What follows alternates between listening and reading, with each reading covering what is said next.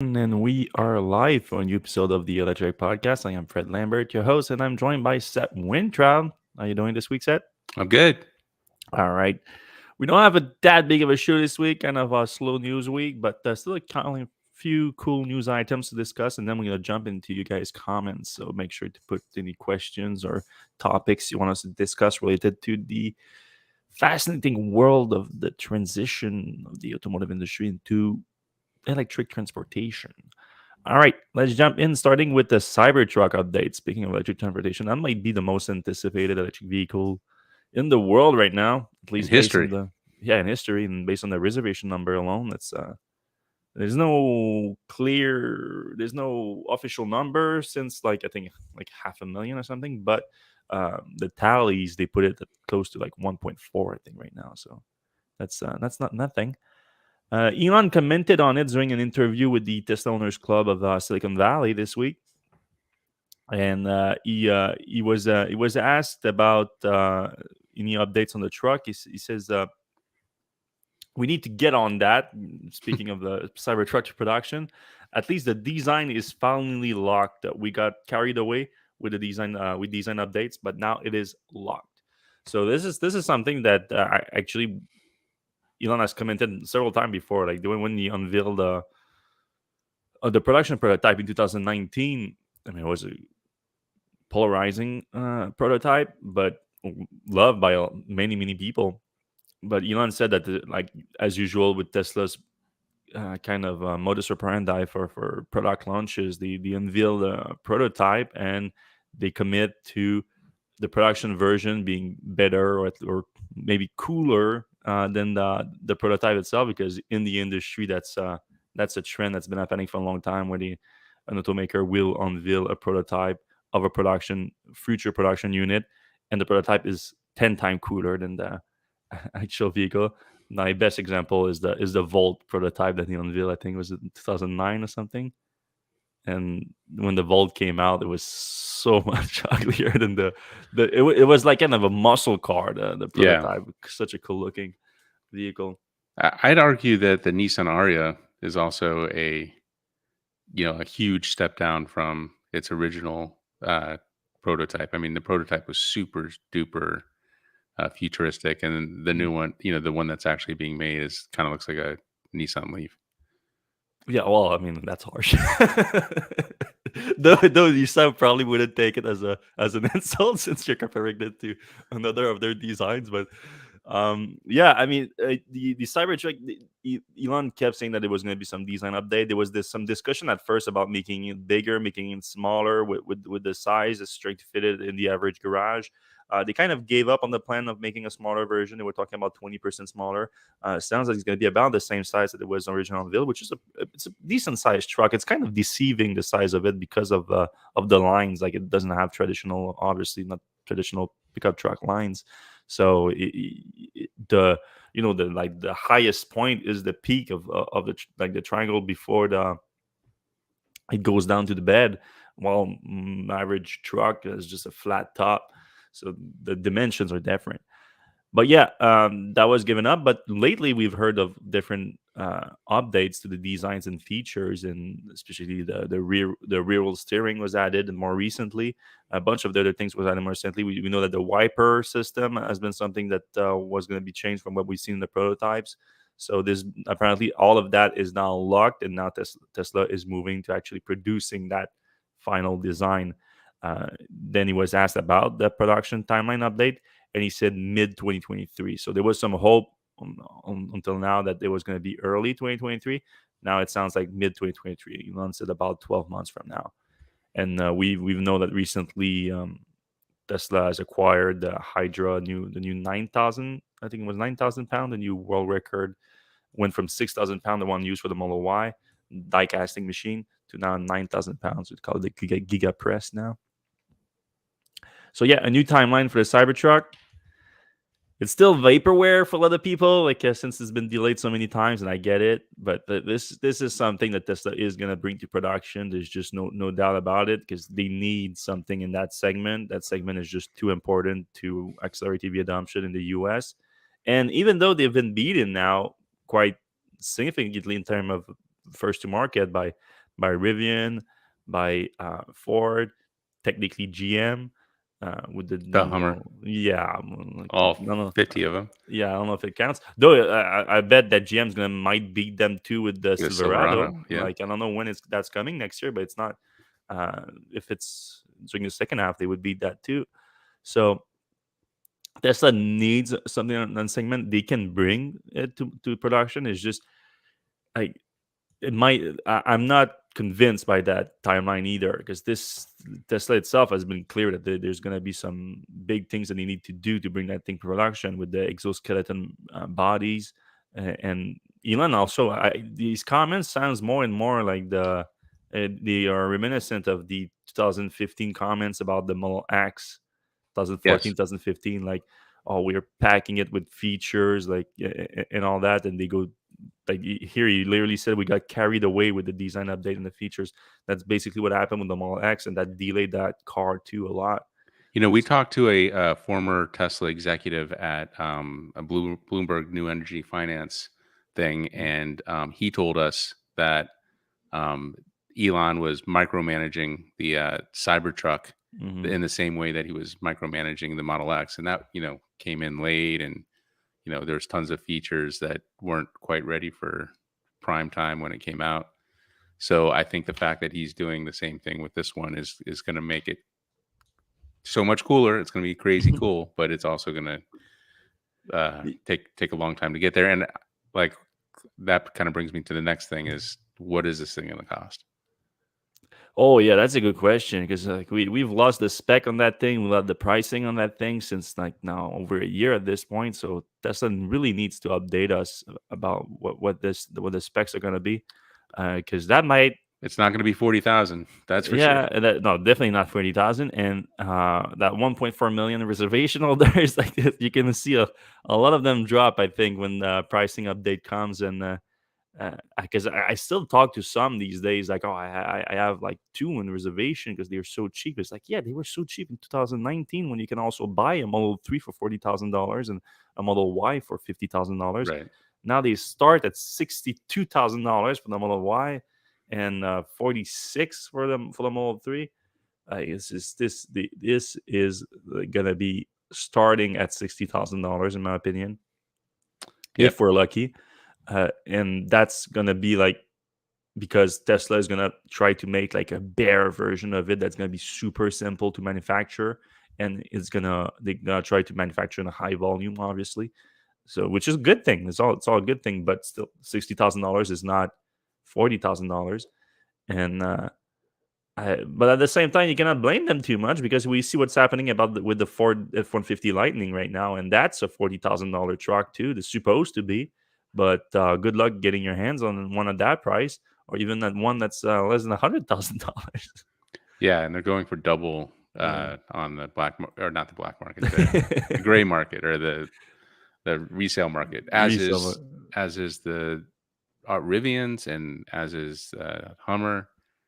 The Mm, auction sites are usually getting around double the retail price for that. yeah. All right. This was just happened this morning. The Enhanced Autopilot is coming back.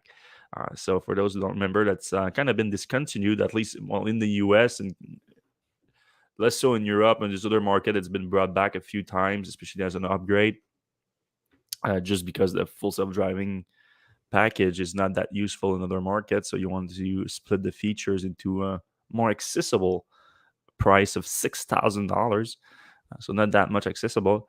But yeah, this is a kind of a strange move here for Tesla, because this basically guts all the features, the useful features right now, arguably useful feature of the full self-driving capability package, which is $12,000 package. So the navigate on autopilot, auto lane change, auto park, summon, and smart summon are all going into the enhanced autopilot for $6,000. So you can upgrade the autopilot. If you don't know, the autopilot is now included in all Tesla vehicles. So that's um, auto steer and traffic aware cruise control.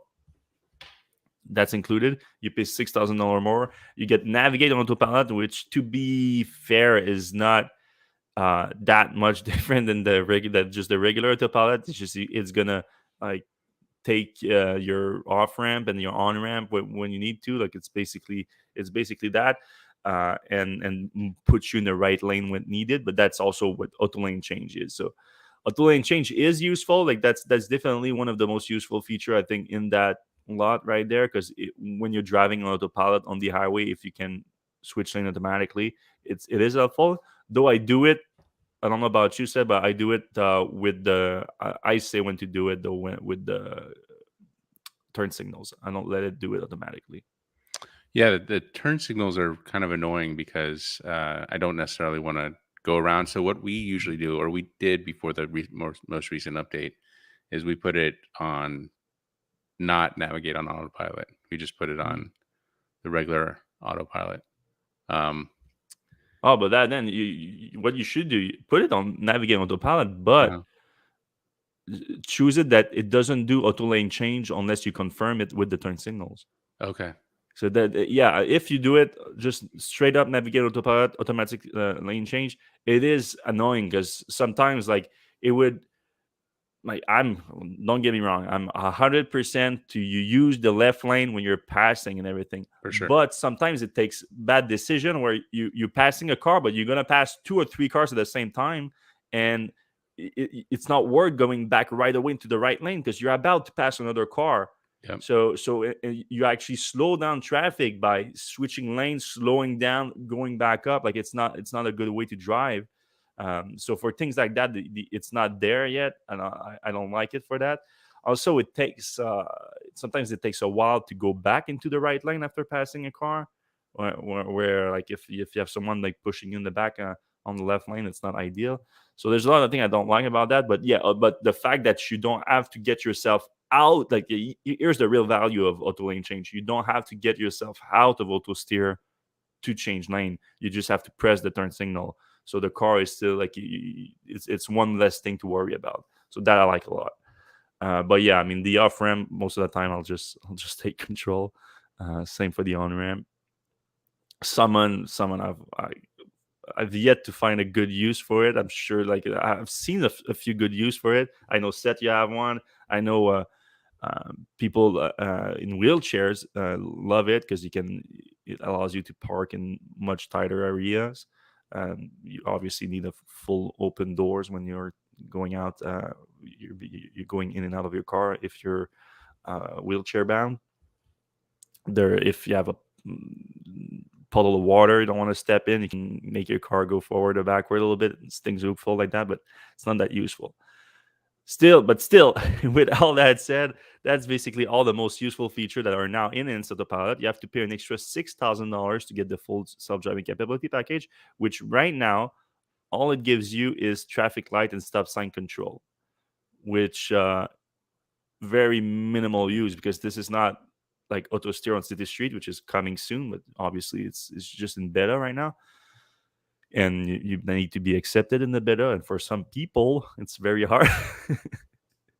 Some people stuck at what 90 91. I just 91 checked. now? Yeah. 91. So yeah, there's right now there's if you're not close to get well, and that's the thing, you don't even know if you're gonna be close to get into the FSD beta unless you have maybe like insurance, Tesla insurance. Maybe you have an idea of your safety score and everything, but there's no value really. There's no $6,000 of value from upgrading from enhanced autopilot to full self-driving capability. Now, since this came out, well, I mean, this came out today, but I think Elon kind of hinted that was coming like a few days ago. People have been speculating on like what's the reason behind that Yeah. move. Does it mean that full self driving is going to be coming soon, or does it mean that Tesla is actually losing confidence in full self driving? And now because that's the thing, like we don't know the take rate for the full self driving package, but we know it's not very high, and that's Especially at with $12,000. yeah, because it's $12,000, and the only value in it is how confident you are in Tesla delivering on a full self driving system, and that's solely based on what Elon is saying and what we see from the full self driving beta right now, which this is kind of a weird, like very weird thing for me because you see what a lot of the, especially the early adopters, people that were giving access early, what they say about it, what is great, and you see what more like less invested people are saying. And now I have it. I had it for like 2 weeks now, and it is an extremely impressive technology. It does extremely well. It perceives its environments extremely well, detects things around it very well, but the step from that to a real level 4, level 5 full self-driving system, it's super hard to see when you're driving it. Like I used it last weekend, and I tried to get from my new place to a restaurant without any driver intervention. And this is country road driving, then then a little tiny bit of city driving, but like a tiny bit, like maybe like 2 kilometers or something. And it did relatively well on the country road, maybe like 4 or 5 stops, intersection, one unprotected left turn. Like it was hesitant at time. Like if someone was like at me at the intersection, they're like, this guy drives weird. Like it's like like, it's Yeah. not a good driver yet, but it's relatively safe. Like I wouldn't be stopped by a cop for what the car did. The car like respected the rules of the road. But then we hit a roundabout, and not in a like busy area, in a fairly simple roundabout, and it wouldn't go through. Like, and when a roundabout, like, you have to like take your place at one point, and it wouldn't go through. So you're saying it drives like an American, like a United States driver that don't know how to do roundabouts. Roundabout. Yeah. Yeah, I mean, I haven't actually had that much experience in roundabouts in the U.S. You guys don't have that many in the No, U.S., we I don't. guess. Yeah. We actually have a few in my town, and Mm. you can tell the people who aren't locals really have a hard time with it. Yeah, we're not used to it. You know what was strange to me when I was driving in Mexico? They don't use roundabouts the same way. Like people that are in the roundabout, they are the I one who stop. stops. I know, it's so Like, weird. like what is that? Like you just define the whole What's the purpose to point? me. Yeah. I don't know if it's everywhere in Mexico, but I that was in Baja California. I feel like they Baja saw Sur. roundabouts and they're like, "Yep, we're gonna do that," and they didn't really get the whole point. Yeah.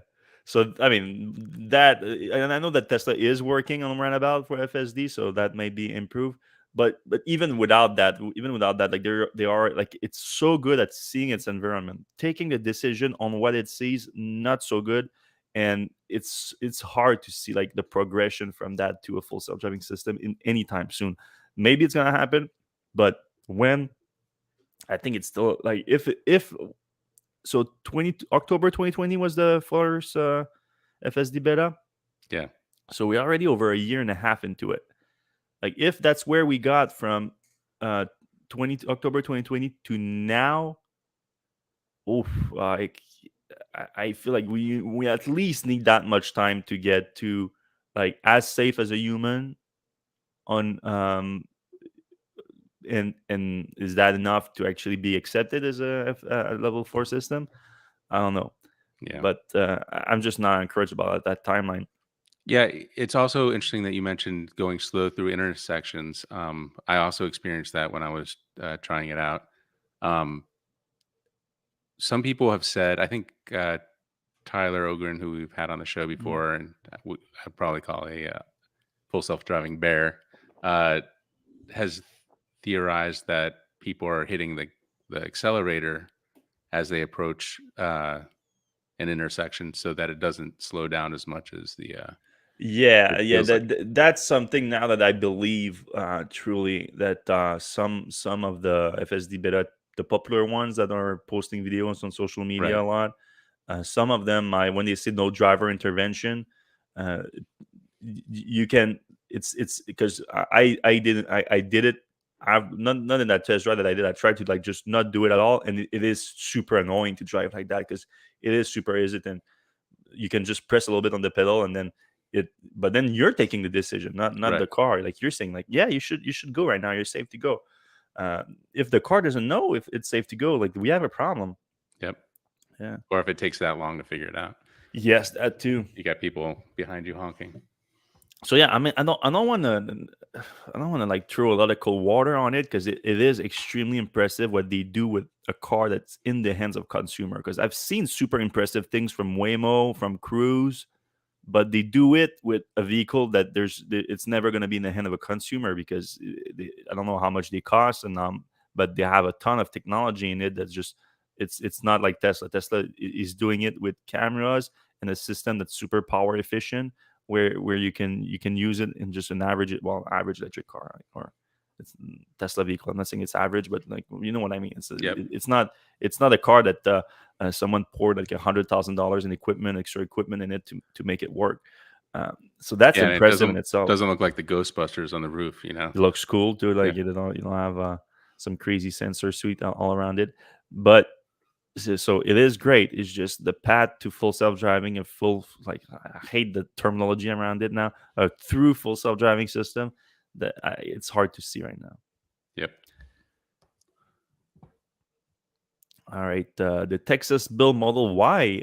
We suspected that there was a price increase on it, like there was on the rest of the lineup earlier this week. That was confirmed through Tesla now making it available through its new inventory on its website. So depending where you are, uh, I saw a few in California, a few in Arizona, a few in Florida too, and make it to the West Coast. So it's not just in Texas anymore for sure.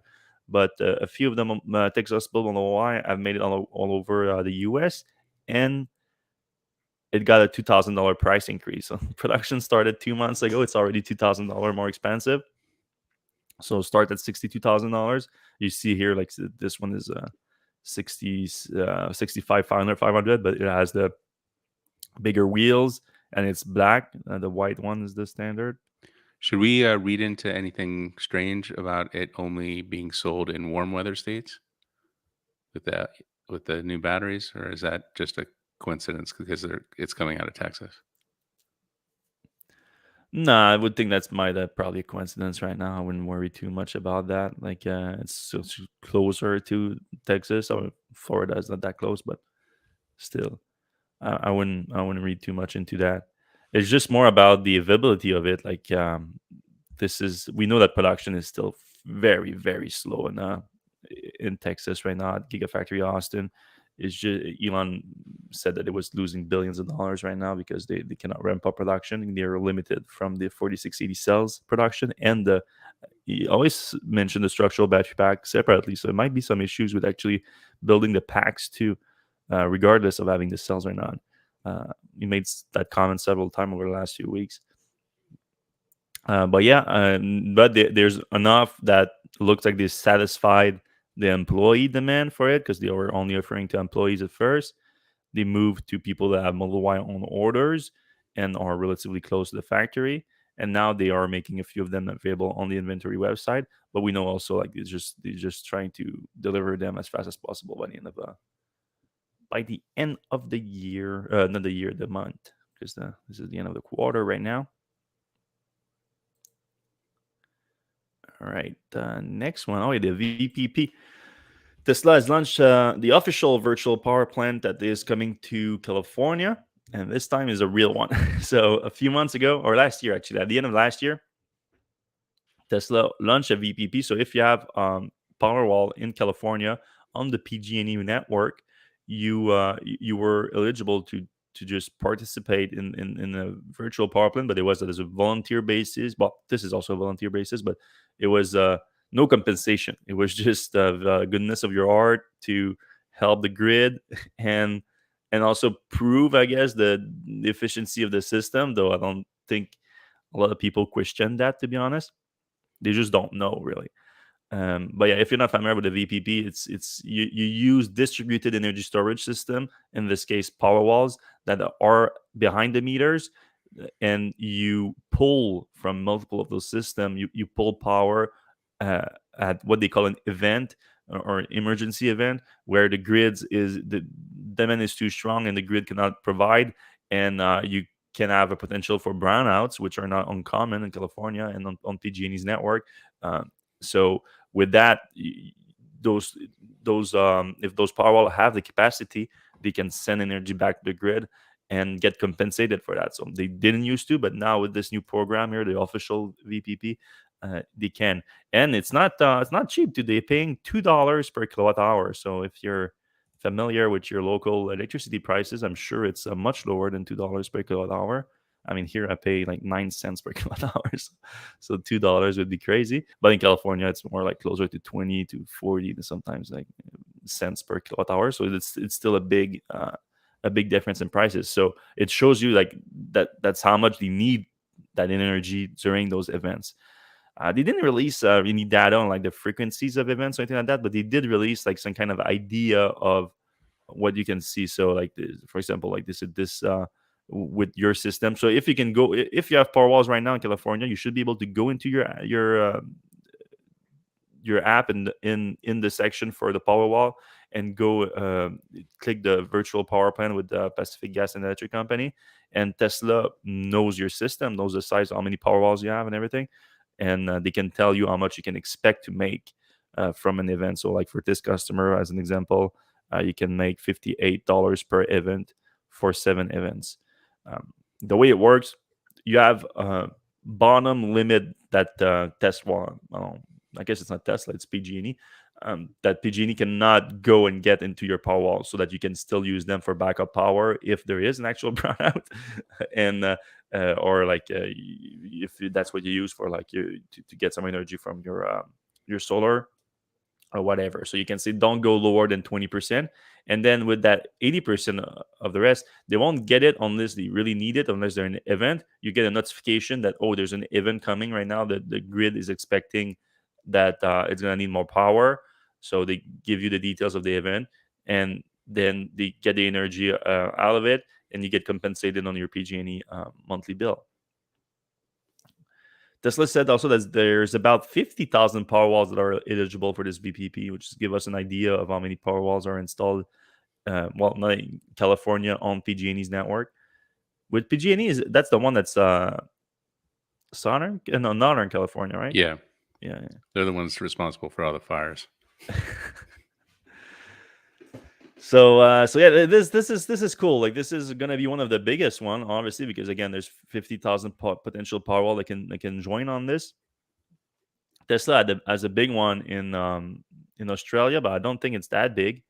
And in Texas, they are trying to get approval from HERCOT, the local electric utilities there, to authorities for the electric utilities, to approve such a system. So there's a big push right now from Tesla for virtual power plants. I think they reached the scale now that there's a lot of value in it if they start doing that. And obviously, the more deployment of energy storage system they can get, Tesla will truly become kind of a decentralized electric utilities supplying grid services for those networks. So this is super cool in my opinion. So I should have said something when we originally talked about this, but Green Mountain Power in Vermont, where we have a ski place and also some power walls, has something similar to this. Yeah. Where you actually get money, but the money comes from Green Mountain Power directly. And also, it's more like is it not more like a discount on your power walls? Like, they don't do it like based on how much. They give you a discount on your power walls, but if you already have power walls, like I did, they have bring your own power wall program. And they just gave me a lump sum check, significant, like 6,800 or something, to let them use my power wall basically as they want, until for 10 years. So, $680 a year or something like that for 10 years. And the stipulation is if there's a storm coming, then they don't use all my power, but they basically every day I can see the power wall draining during the high charge times. So it like for me, since we got the referral power walls, it kind of pays for the installation and then some. So for me, it's a fantastic deal. And I still get the backup power, unless the backup happens like right at the end of, the peak. And I've told them that, I want to save like 30% of the battery for, in case there's an issue. And our Vermont place is really small, so it can go for like 3 or 4 days, on the power walls alone. So unless we're heating a lot and it's really cold. So, Yeah, I mean, I like that. It's a cool way, but I think a version like this where you're specifically paid for every event, it's not like a lump sum, and then we get to do whatever you want. We want with your energy. It's not well. I mean, at least in Vermont, you don't have solar on it, so it's like it's their energy that it's in the battery pack too. But right. yeah, yeah, okay, It's just coming at like low yeah. value times. Mm-hmm. But this is really cool. I think we're gonna see a lot more of those. Yep. All right. Oh, this was interesting. Elon Musk saying on the same podcast. Well, it's not a podcast. It was an interview, I guess, on YouTube with the Silicon Valley Owners Club. He said that he would consider Tesla starting to advertise in order to counter media bias. Hmm. So I thought that would be an interesting discussion for us to have, being in the media ourselves. Because I'm just gonna quote him here because I think his logic is important. Maybe we should advertise because the traditional media will not run negative pieces about automotive because automotive is one of the biggest, if not the biggest, advertiser in papers. Tesla is basically free game. It's safe to say that if they run a negative piece about General Motors next to a General Motors ad, General Motors marketing executive are going to call them up and ask, "Why did you do that? We will be spending nothing with your publication next year." So I can say as a publisher that nothing like that's ever happened. We do see General Motors ads on our site sometimes, and they directly bought some banner ads on. Yeah. Uh, you and want a good example? Like right here, right now. yeah, I'm on our website here, Electrek. We have an ad right here for the Electric Mini.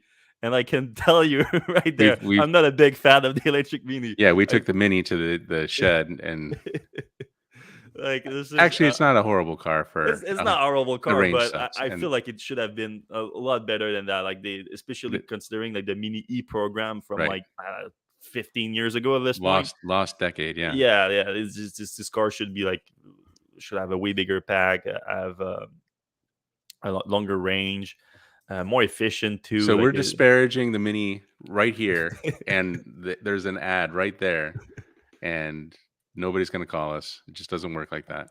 but to his point, I'm sure it happens. Like I'm sure Right. at times it does happen, especially for like bigger publications where there's a lot of direct ad spends. For people who don't understand, for us, we do have some direct ad spends. Sometimes we add deals with companies. Did we have one with GM? Like I was because he gave GM as an example. Well, Uh, we had this Silverado, I think. They okay, spent some on just on banner ads, so yeah. it wasn't like a sponsored post or anything like that. It was And just you hear us criticize GM a lot. Like it doesn't stop us from that. yeah. Wait till you see But the Lyric review. Just kidding. uh, the so some of the bigger publication that have like a bigger team, they have like an ad team that will like focus on like selling ads. We do have that. We do have some people that works on us to buy some direct ads, but most of our ads are like this. Like this is there. We have no control, or we have some control, but not that much on what kind of ad goes to because it goes to Google AdSense, which is a great service. Like it creates like an actual like Chinese wall between the publishers and their advertisers because we don't have access to uh, the just people. Google AdSense know that we have some real estate for an ad there and is going to try to optimize and show the person the best ad. So actually in this case it's trying to show me Fred Lambert the best ad on this website for me. It makes sense to try with an electric car because I do research a lot of electric cars and Google knows that. So we don't have that much of a problem with that.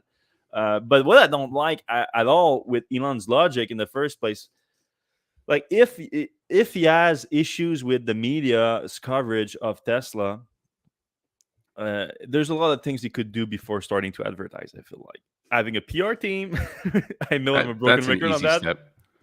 I think a PR team will help a lot. And I know it's easy to say Tesla had a PR team before and there was a ton of negative coverage on it.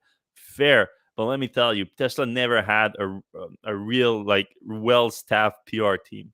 Like, at its best times, I would guesstimate about maybe like 10 people max on it, on the team Yeah. for I mean, back then was maybe not a massive automaker, though it was getting a massive amount of coverage. So I know that at that time it might have been more difficult for Tesla to have a big, full-size PR team for an automaker of its size. But now it certainly could. Like now, it wouldn't. It would be a fraction of a fraction of a fraction of its budget, and even if it's probably still wouldn't be able to handle all of the all of the media coverage that's coming Tesla's way. It would still be able to help a little bit correct the misinformation around the company out there. So I think that would be the first step to help. But then beyond that, if your goal is like, okay, we're gonna spend money with the media that are disparaging us, and like, and because, and my assumption is that they're disparaging us because we're not spending money with them. So now we're gonna start spending money with them so that they don't do it. That's just rewarding bad behavior. Like this Right. is a terrible idea. Like I don't like it at all. Well, I it's would, weird because he's saying this is a horrible thing to do. yeah, We're going to start doing it. yeah, basically. Yeah. And it's not the first time that he's mentioned that too. But this time, what it feels like more, and a lot of people like have been commenting that is, it feels like it's not Tesla that he wants media not to disparage, not to write negative pieces about. It's him. Right. Because he's been the target more these days than Tesla. Like Tesla has done some not great things, like any companies of that size do. Like it's not perfect for sure, but I most of the bad media coverage that I see around Tesla is more about Elon himself and his public comments lately, Yep. and whatnot. So to me, it almost feels like he's doing like, oh, like I could spend some Tesla ad money and I would get in the good graces of some of the media publication, like, because I'm literally putting money in their pockets. Like this is not a good look, obviously. Nope.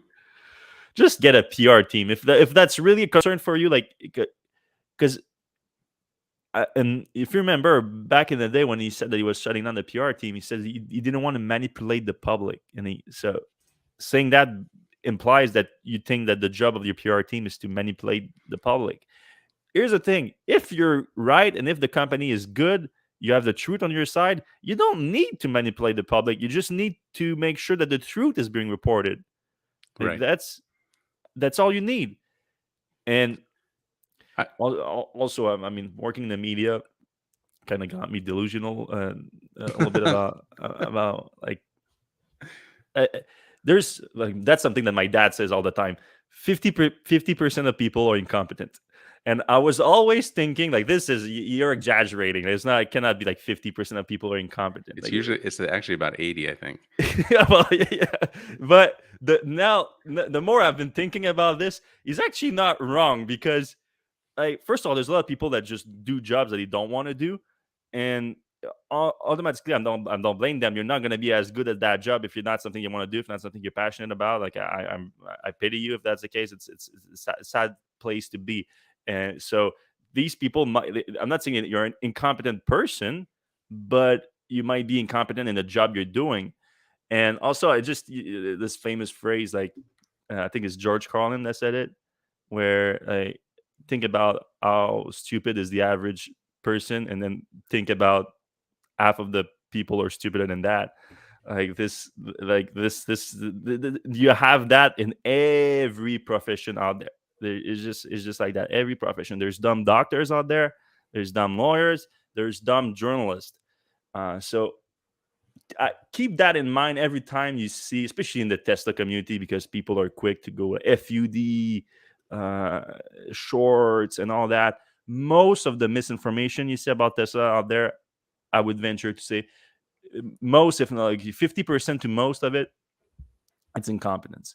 Like, yeah, it's like that saying, never ascribe to being malice, malice. What can be ascribed to incompetence stupidity, or yeah. stupidity. Good saying. Yeah, no, that's true, in my opinion. So a lot of that, a PR team could be, if they have the truth on their side, they could simply like reach out and like, this is not accurate, like, be careful. And we've done Yeah, that plenty of time. We've misreported something, and we have people reach out to us and like, hey, this is not correct, and you correct it, and like, of course, like, I'm sorry, fucked up, my mistake. I'm fixing it.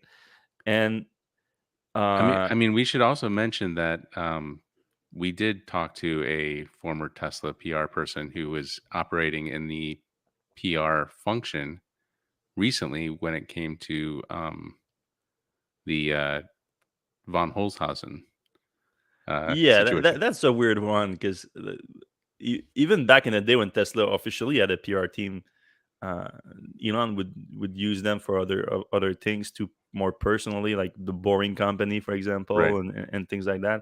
Like that was a strange one, yeah. Especially considering that for the correction on that article, like other people more directly linked to, well, actually claiming not to be directly linked with the company reached out to. So anyway, yeah, get a PR team, Tesla. An official one. Yeah, and then a decent sized one that can handle the kind of And volume get of. and get smart people doesn't necessarily need to be from a PR background, can be engineers or whatever that can talk on behalf of Tesla and Yeah. say, hey, there's something wrong with your calculations on the battery or whatever, stuff like that, instead of the stuff that like for instance this recent thing we were kind of like, Mm, oh yeah, I'm sure mm, the husband and wife team weren't, acting together at all. Like, I'm sure there was something there, mm. there. But, officially, no, there was no connection. So we updated the article, and they got what they wanted, and we reported the things that on paper as it exists, As we can confirm. as we can Uh, confirm. but yeah, I mean, and a lot of the PR team's job too is just to, like, okay, like if there's, because they don't know everything that's happening in a company that's 100,000 people in it, delivering like a quarter of a million car every quarter.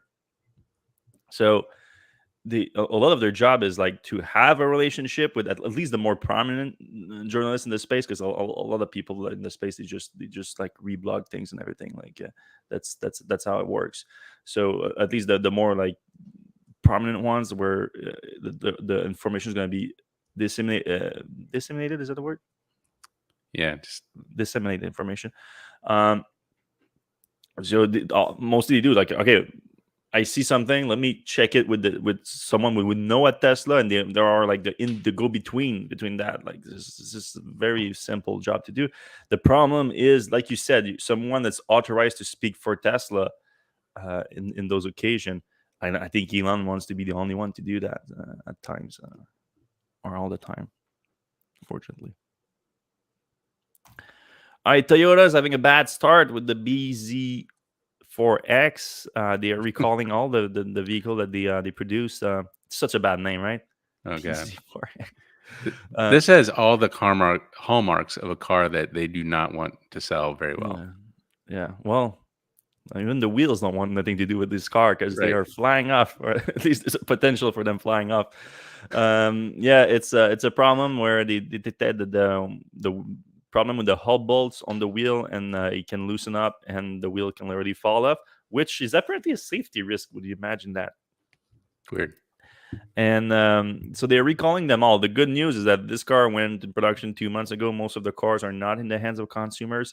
It affects about 2,700 units, most of them in Europe, 260 in the US, 110 in Japan, and there's 20 of them in Canada. But again, most of them are not delivered to the end consumer.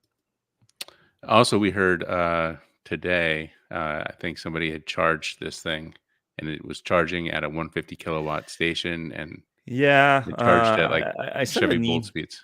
yeah, I sent an email on that. I haven't heard a response yet, but we have to be careful about it because it might be the EA station too. Because Right. like this was like not just bad; it was like an awful charge cycle. Like it made no sense whatsoever. Like you said, it looked like a Chevy Bolt kind of a cycle, which a Chevy Bolt is capped off at what? 54 kilowatts. Yeah, 54. When this one is supposed to be 100 or 150, I think it's 100. 100. There's two battery packs on the BZ. One is for the all-wheel drive, and that strangely, the all-wheel drive one is made by Cattle, and it's like the worst battery pack. And then the two-wheel drive version is made by Panasonic, which we know makes great batteries, and it's a JV between Toyota and Panasonic. So if you're going to get one of those cars, maybe the 2-wheel drive version is the one to get. Mm-hmm. All right. Hey, we got an update on the tax credit for electric cars this week. Um, and from our good friend Joe Manchin, senator from West Virginia. Uh, Favorite. Very nice guy. He has been the one basically holding up the Build Back Better Act because the Democrats need his vote in order to pass the bill, which passed the House late last year. And I mean, it's a giant bill, $1.9 trillion of things in there. But for the EV community, it's interesting because it also includes the reform to the federal tax credit. $7,500 that you get when you buy a new car, but has a limit of 200,000 units per manufacturer. Hey, another GM hat in there. Nice. Don't say anything. Don't say anything about it on GM now. Though you were actually like selling their Bolt for them just last week, thinking about buying 2 of them. We've been exposed. Like that's why you were saying that, is because we get the GM Well, it's actually good to see them advertising the Bolt because I don't think they do enough Bolt advertising. Yeah. So, well, it kind of explained maybe the we were just baffled by the price decrease. So like maybe they have issues selling them if they have decreased the price. Now some had spent on it. So I don't think so. I think everybody I know is getting one of those. Yeah, I saw someone I think in the comments saying that they bought one because of what you said last week. Nice. Where's my commission? Yeah, you were saying you're gonna buy them all and then try to resell them for more. So yeah, the update this week, as I mentioned, said that basically the $4,500, so the $7,500 was the tax credit. The main goal of the reform of the tax credit is to remove that 200,000 unit lock on it because it's put Tesla, GM, and a lot of the automakers that were early in electric vehicle at a disadvantage. I also happens to Nissan, right? Yeah, Nissan soon, or at least, or maybe already. At a disadvantage. Also happens to be American automakers. So now the U.S. government is literally paying like for foreign automakers to ship cars from other countries and to give them $7,500 when they get here. So in order to rectify that, the plan was to remove that cap and then just put like a time period where there would be an incentive to buy an electric car. 5 years was the time period for the version that passed the House, but also included a few other things in that didn't make it was a pretty controversial. Not everyone was happy about it, and the biggest one was on top of the 7,500, you put an extra 4,500, a $4,500 credit on top, bringing the total $12,000 for if the car was made at a union factory. So a unionized workforce was building the car in the U.S.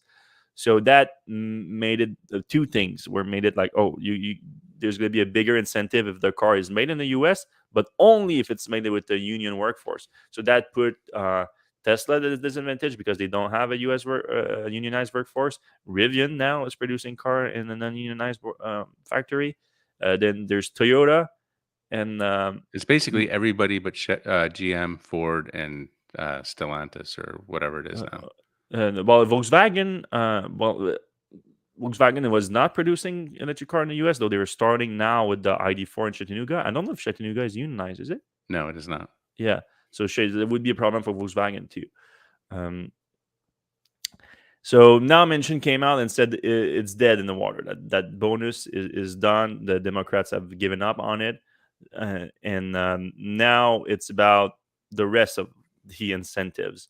Manchin apparently, like, we're not a big fan of Manchin. Obviously, he's kind of sold and bought by the fossil fuel industry in West Virginia. Yeah, but he's kind of making some sense with this right. One though. Like the union extra dollars is the goal here is not to incentivize the purchase of electric car, is to please the union which votes Democrats like this, like so it's a hidden like bribe almost but it's not it's in no way, it's not made to incentivize electric cars.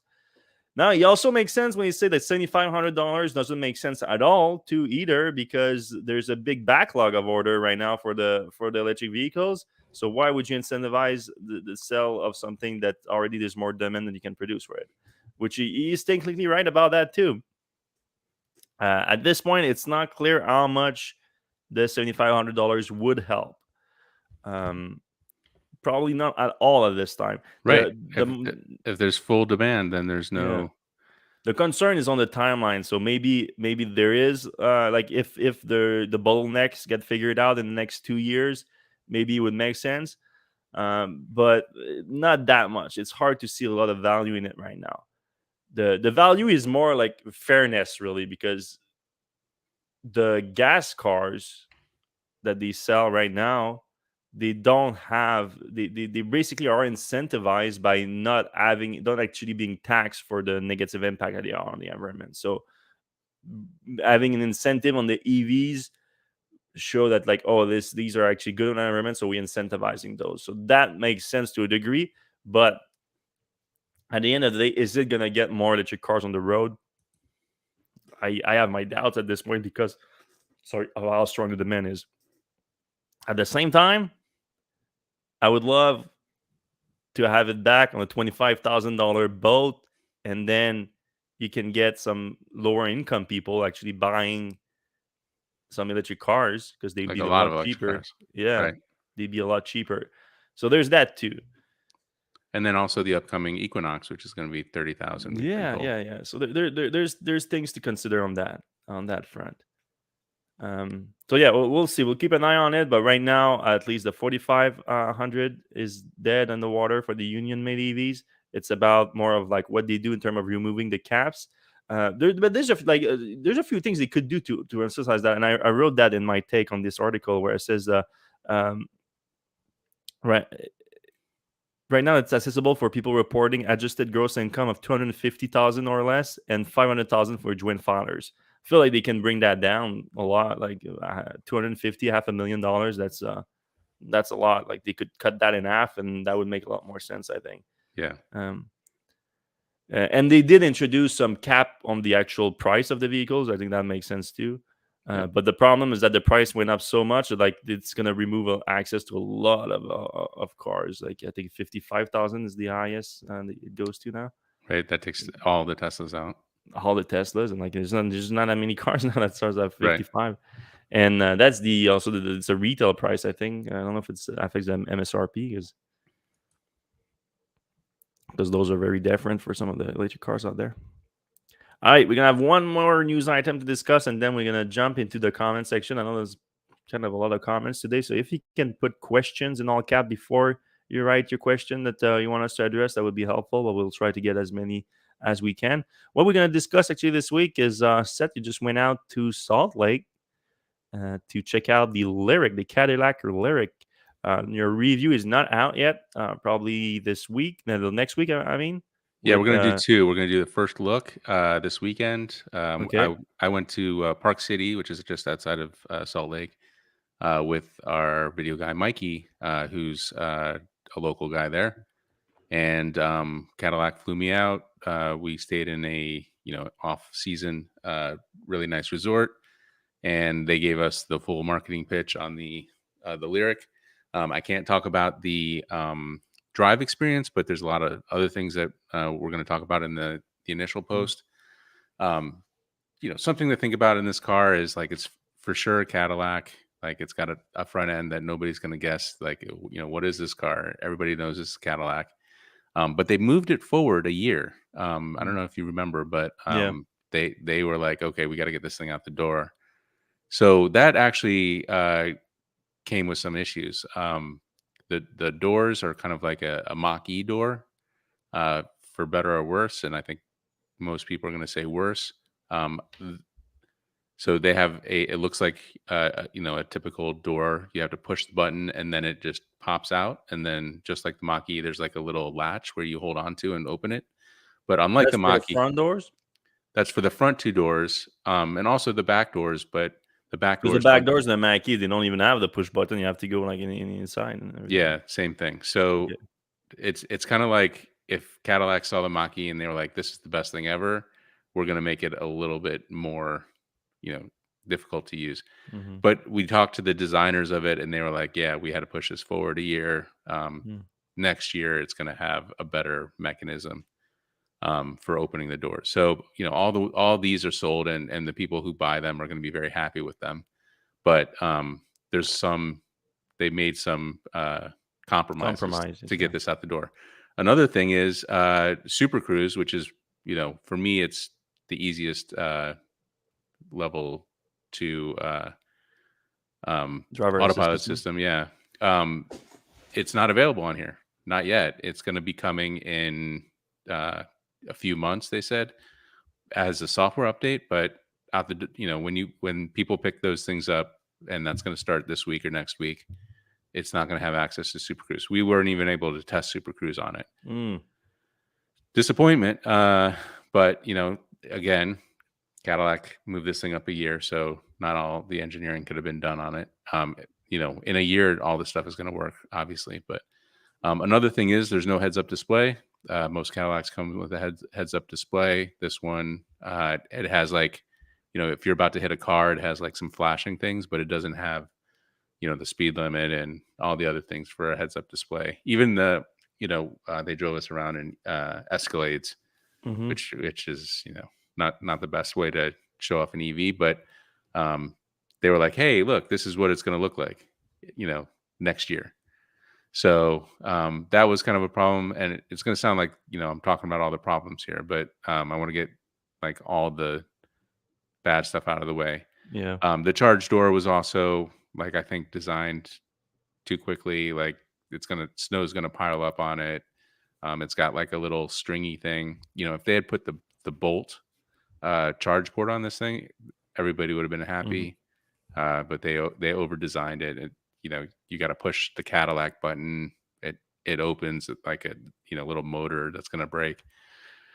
So that's the bad stuff. The good stuff I can't talk too much about right now, but, you know, just to say, like, it's very Cadillac feeling. Like, You get, but you cannot talk about because of the embargo, right? Right. Like, because the people are gonna start speculating, like, why can you talk about it? So are you paid for something? Yeah, it's because of that Bolt ad. No, it's just you know, like a Cadillac is a very quiet car. Mm-hmm. It's a very, you know, luxurious drive, like very soft drive.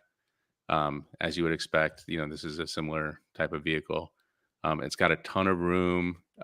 You know, you can kind of see in that picture that there's a lot of space between the driver's seats. Like a lot of EVs, it's got a glass roof, but this one has an electric um, shade that comes across when you want Mm-hmm. to, you know, when you don't want it to be super hot, which was helpful in the high desert where we were. So there was it's a great car. Like the people who buy them are gonna love them at 60 whatever thousand this year, and they're moving to 60,000 base price next year. So they were, you know, being honest there about trying to hit the 60,000. It's gonna be a great value, like Mm-hmm. you know, for a luxury sedan. So or luxury SUV. So fantastic car. People who get them are going to love them. There's lots of space. The back seat, I think, is designed for compatibility with China. So there's actually like almost more room in the back seat than there is in the front seat. But that's also why they can't do a third row in this one, because the back seat's kind of pushed back a little bit. But it's just a great car. And we Did had you a get to ask them how many they plan to make this year because yeah of the whole like sold out in 17 we minutes? we asked them a number of times, and they kept on saying we don't talk about numbers. Yeah. So that was frustrating. It was also frustrating that we only got to drive the two-wheel version, Mm-hmm. which is 350 horsepower, so no slouch. But the acceleration was similar again to the Chevy Bolt. When there's an Because all-wheel it's a drive much version, heavier car, right? yeah, much heavier car, much Mm-hmm. more horsepower, but the all-wheel drive version adds another 150 horsepower and takes a second or two off the 0 to 60 time. So, and it's only like 2,000 something more. So, if I was getting this thing, I would definitely get the all-wheel drive version. Yeah. No, I mean, like they say they don't want to talk about the numbers, but they're the one that were bragging like we sold them out in 17 minutes. But I like, know. if you're making 2,000 of them, that's not that impressive. Not saying that you want to make 2,000, but I don't know. We don't know how many they're gonna make. There's also a bummer. You can tell from the people on social are talking now. Every car was the 2-wheel drive, gray exterior, like light interior. Like every car is the same. There's no red ones or blue ones or anything out there. So we're really early days in this thing. Yeah. All right, should we jump into the comments? Yep. Let's move over there now. Let me just really quickly. Oh wow, perfect timing.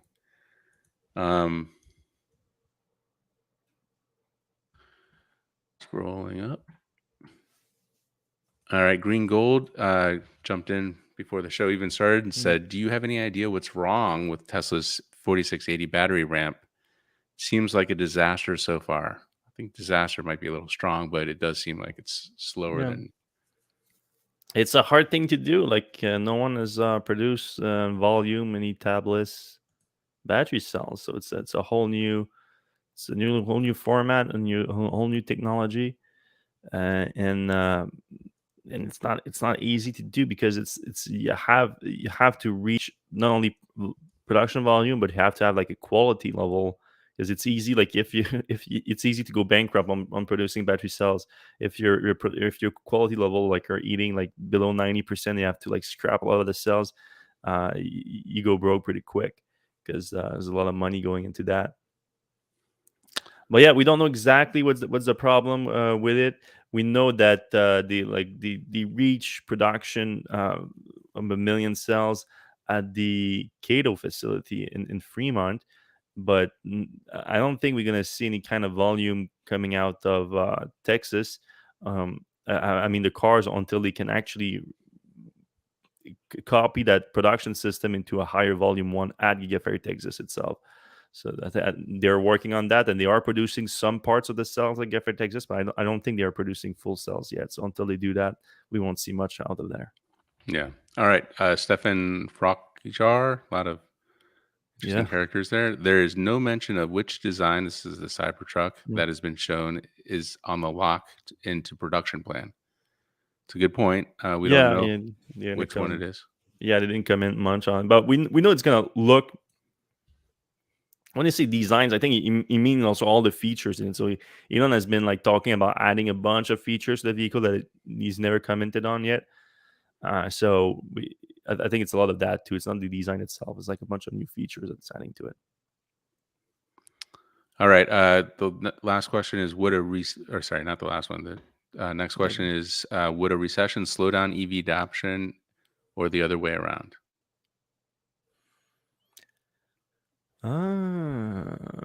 I mean, it eventually it depends how long is the recession really, because if we are in a recession right now, if the recession is starting right now and it lasts like 12 to 18 months, I would say no, it doesn't slow down EV adoption. It's this last like 2 years plus, maybe it starts to have an effect on it. But we've peaked on the number of gasoline cars sold. There's just no way around that. We peaked, I think, in 2017. Like 2018 was a rougher year. Then 2019, electric vehicles started picking up a lot, so that affected them too. And then, of course, 2020, like it was other things to worry about, which have still been true to this day. At the same time as electric vehicles are becoming more popular, so for sure, like there's no going back on that.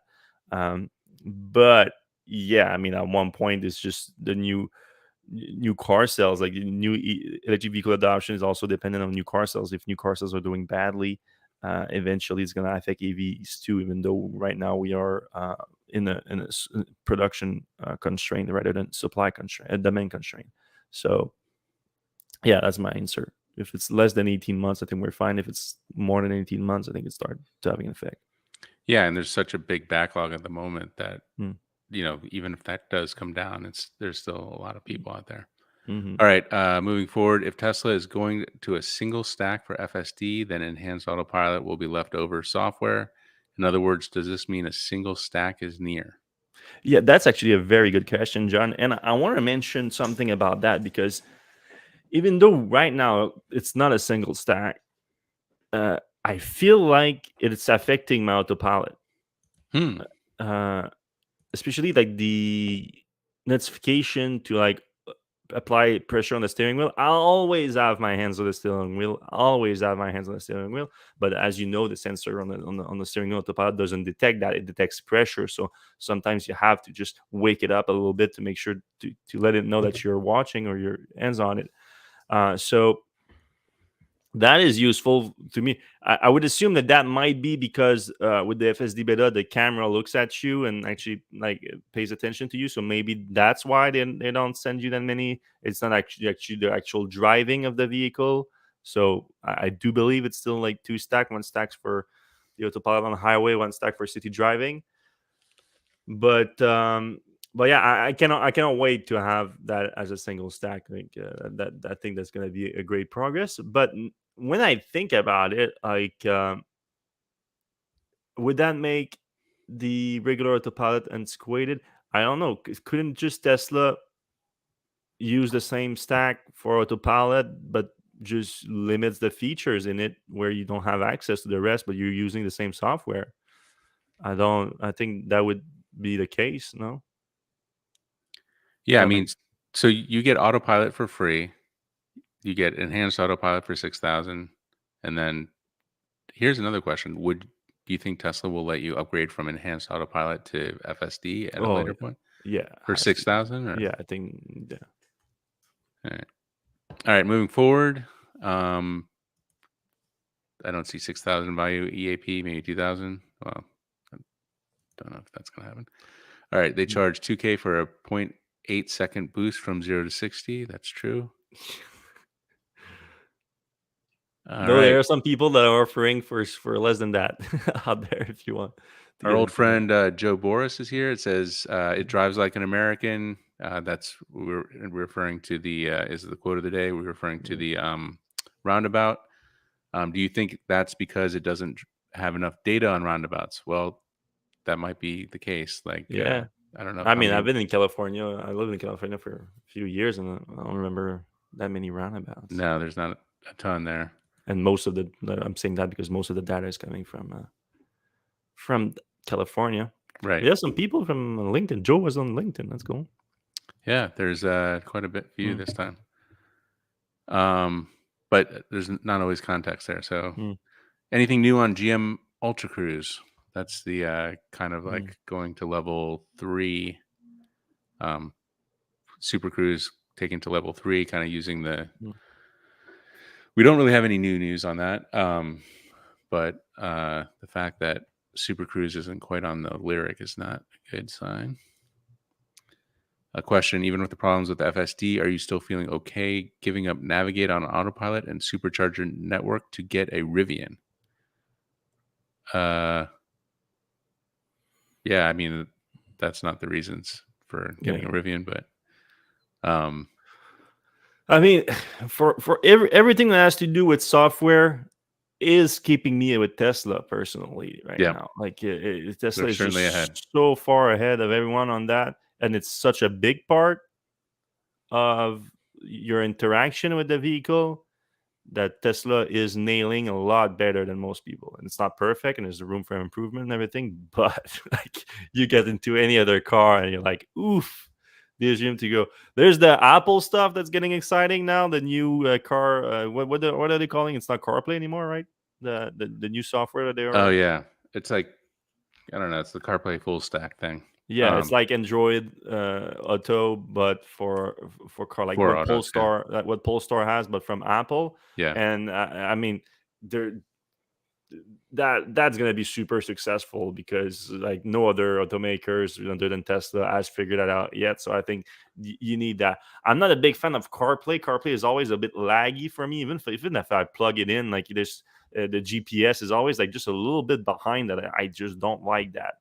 Um, Tesla is on point with that stuff. It's keeping me in. The FSD is more like an investment at this point. Like where like I paid, I don't remember what I paid for it. It was long ago. It was not $12,000, obviously, but like you're like, all right, I kind of like want to see where this goes at this point, but Yeah. it's not really what's keeping me in. The autopilot is what's keep on. I mean, I used the Blue Cruise a little bit, and I did like it. I did like Blue Cruise. It is useful on the highway driving. It's does its job very well. Not quite to the autopilot level in my opinion, but it's getting pretty close. And but yeah, I haven't had the chance to try it. Did you when you just drove the Rivian? Did you actually test? Did they have their version of the driver assist system in there? Yeah. So Yeah. what they have is traffic aware cruise control and lane keep, basically. Mm. So it just you're on the highway, it keeps you in your lane, and it doesn't hit the guy in front of you, and uh, that's pretty much it. But they have the same principle as Tesla, where they're gonna release more features over time because there's an extensive suite of sensors Yeah, they on have the a huge Rivian. camera array on that thing. Mhm. So yeah, theoretically, it's coming at some Mm. point soon. Speaking of Rivian, next question: who is going to produce the most EV pickups in 2023? GM, Rivian, Ford, or Tesla? I I'm feel going like we Ford. had that question. So if you, yeah, oh yeah, Ford for sure. Yeah, They're planning 150, and I believe them.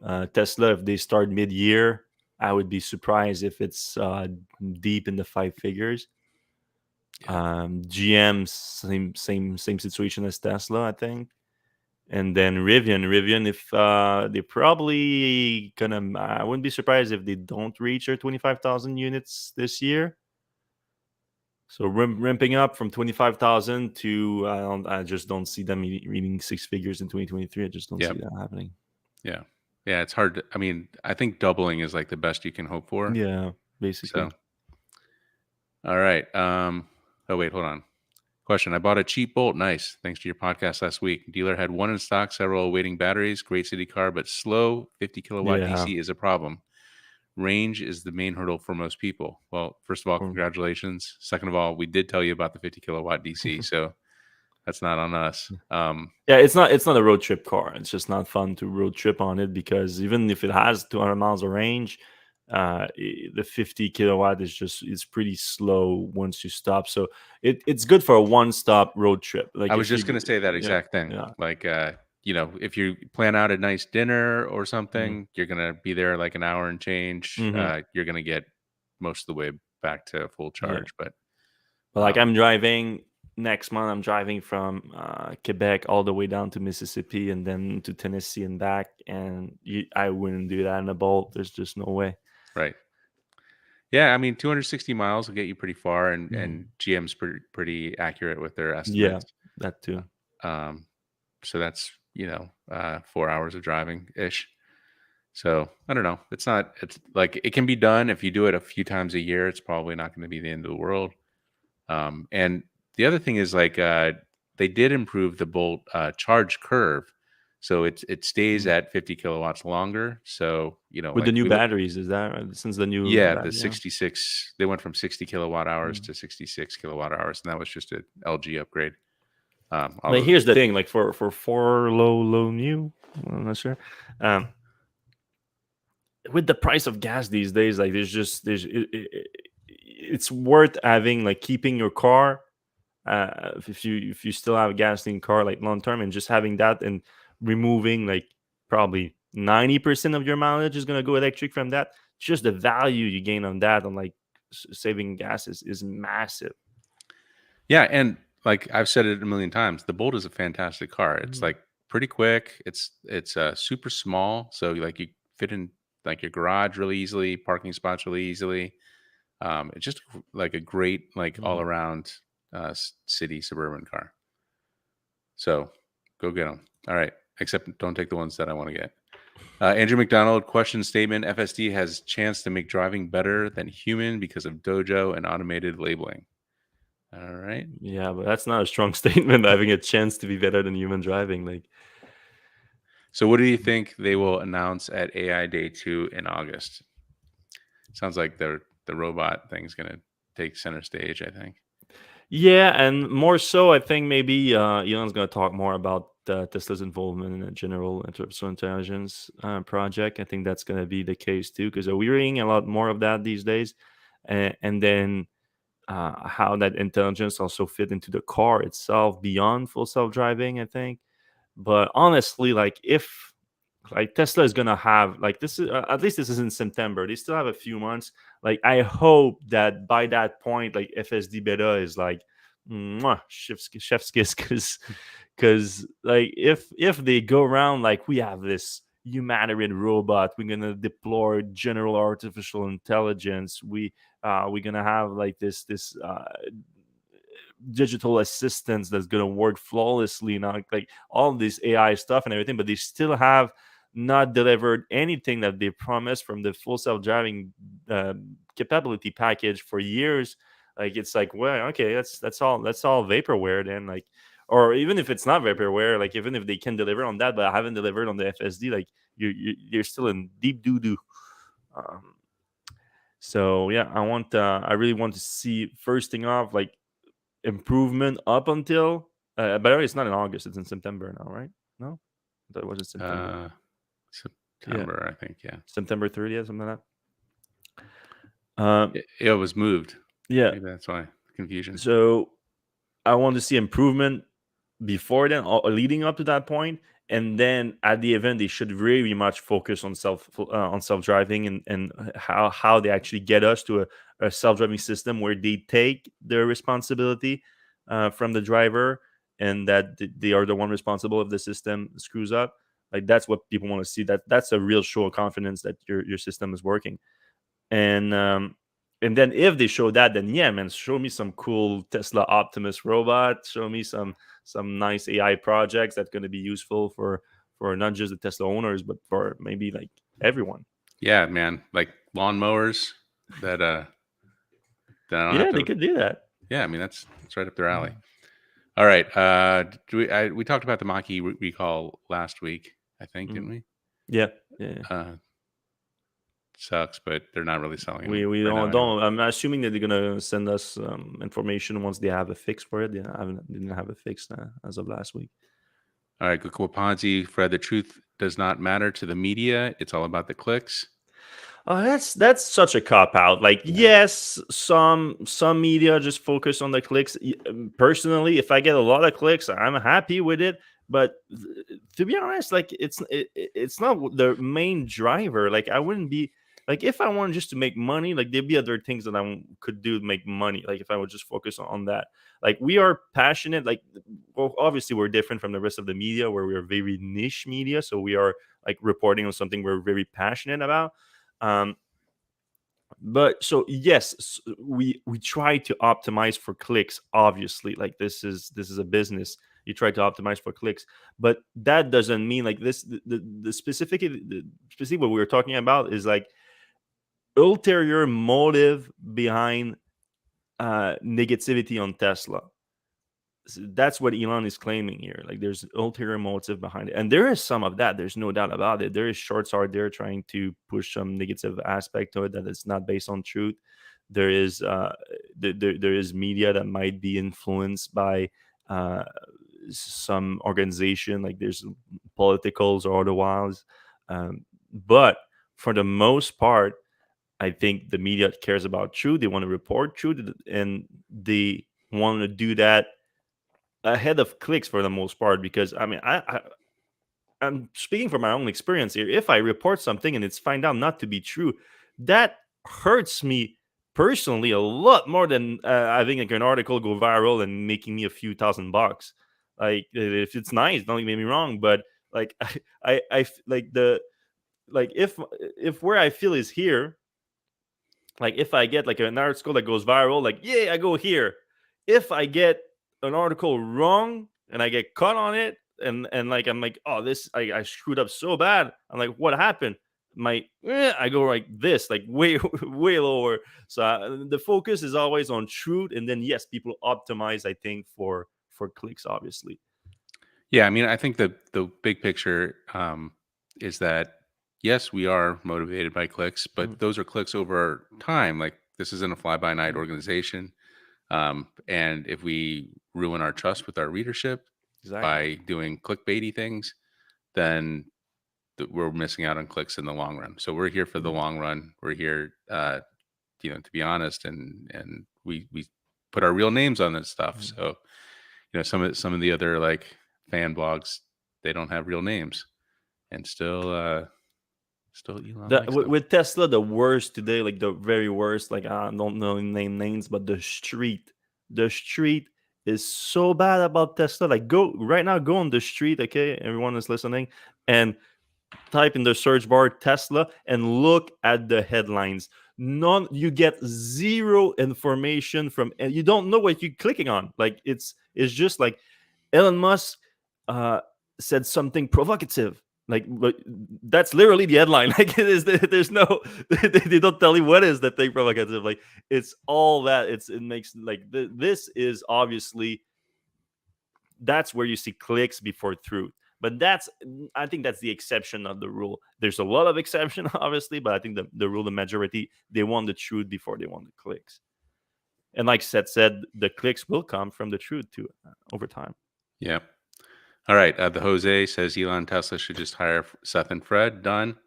Done. Like At one time they oh were trying to. You were yeah, interviewing for that job like a I long time I, ago. I was kind of just You were placating. like entertaining the idea of Right. it because you like Tesla, but you're like, this is Yeah. like to insert Jose. Like, no, I think both of us would turn that down pretty quick. You need a very particular person to be good at PR. Like we're both a little bit too controversial, I think, for that. Yeah. You got to We toe the company line pretty hard. Yeah, to look up online. I'll say also like patience. I would say I'm not a very patient person, so All right, real quick, Seth, were you able to get a look at the Velis Electra? That's the airplane at Florida State. I did not. Sorry. Fred, instead of giving incentives to EVs, they should remove subsidies from fossil fuels and fossil fuel vehicles. Yeah, that's absolutely. Yeah, everyone agrees on that. But the thing is that that's so much harder to do, politically speaking, than just incentivizing electric cars more. It's a bummer. all right. Andrew McDonald question: do you think ads on your site may be determined by an algorithm? Yes, I do, and Mm. that not the decision of the OEM. The OEM kind of puts some stipulations in. Yeah. So Elon's comments were centered around unions giving money to current government. Not those particular comments. I don't think. Yeah, I don't know if those were related. For sure, that union does spend on ads too, so that can be a problem. But I think he was more specifically talking about uh, like for example, like Motor Trend. But like that's the thing, Motor Trend is a big like media publication, and Tesla's never spent any money with them, but they're still they got them on another thing though. They were the one of, if not the only major publication where Tesla would actually give Exclusives. access to an Yeah. exclusive to the So, competition. so Tesla plays the access game with media. Yeah, which So is just as effective as the ad spending game, I really. would say almost more. Yeah, especially when it comes to Tesla, almost more because Tesla is again a lot of clicks. So you're like, Right. if I get an exclusive on Tesla, and then do you think Motor Trend would be really would be really willing to put some negative content, and then Tesla will take away their exclusivity access? Right. So they're already playing that game. Or Yeah. they were before. You got to think about this a little bit deeper, I think. Yeah, All right. So there's levels. Nebula 1701 is talking about the Cadillac Lyriq. It sounds like he also looked at perhaps the Chinese version. We've seen the Lyriq doors since the concept sketch in 2019. 2024, we'll have all the missing tech. Maybe he's a Cadillac employee or something. They made at least 100 through May for the pilot line. That's when we're talking about the volume. All-wheel drive version has a few things missing, like the rear view camera mirror and a few other small options. So he knows some stuff that we didn't really know. Red ones are in China right now for review. If you want to get on a plane, I don't know if China will have me, to be honest. How did the materials feel in the Lyriq? And that's something I really liked. All the materials were really good. Even little things like the fan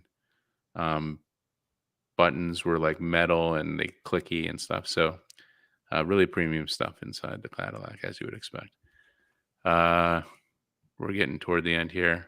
Question: I've taken the Bolt on a bunch of 400-mile road trips. By the third stop, you're sick of the charge rate. That sounds more like a statement.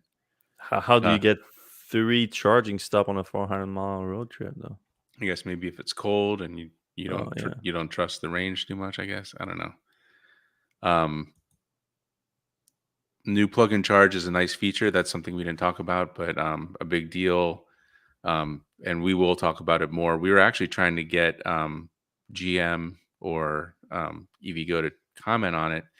The problem is the Bolts have plug-in charge for EVgo, but the Bolts the Bolts plug-in charge won't work at Electrify America, and vice versa.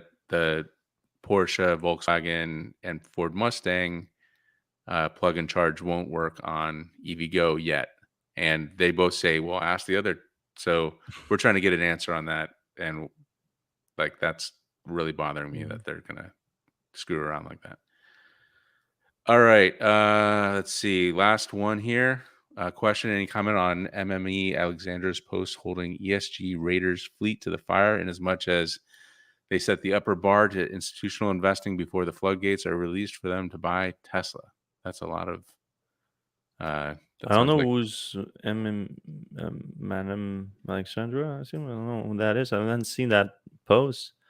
So what I'm trying to understand here the question. So the question is, so the allegation from the post is that the ESG raters are like downgrading Tesla in order to invest themselves in it, or like to have institutional specific people that in the know invest in Tesla, and then they're gonna increase the rating so that the money comes in.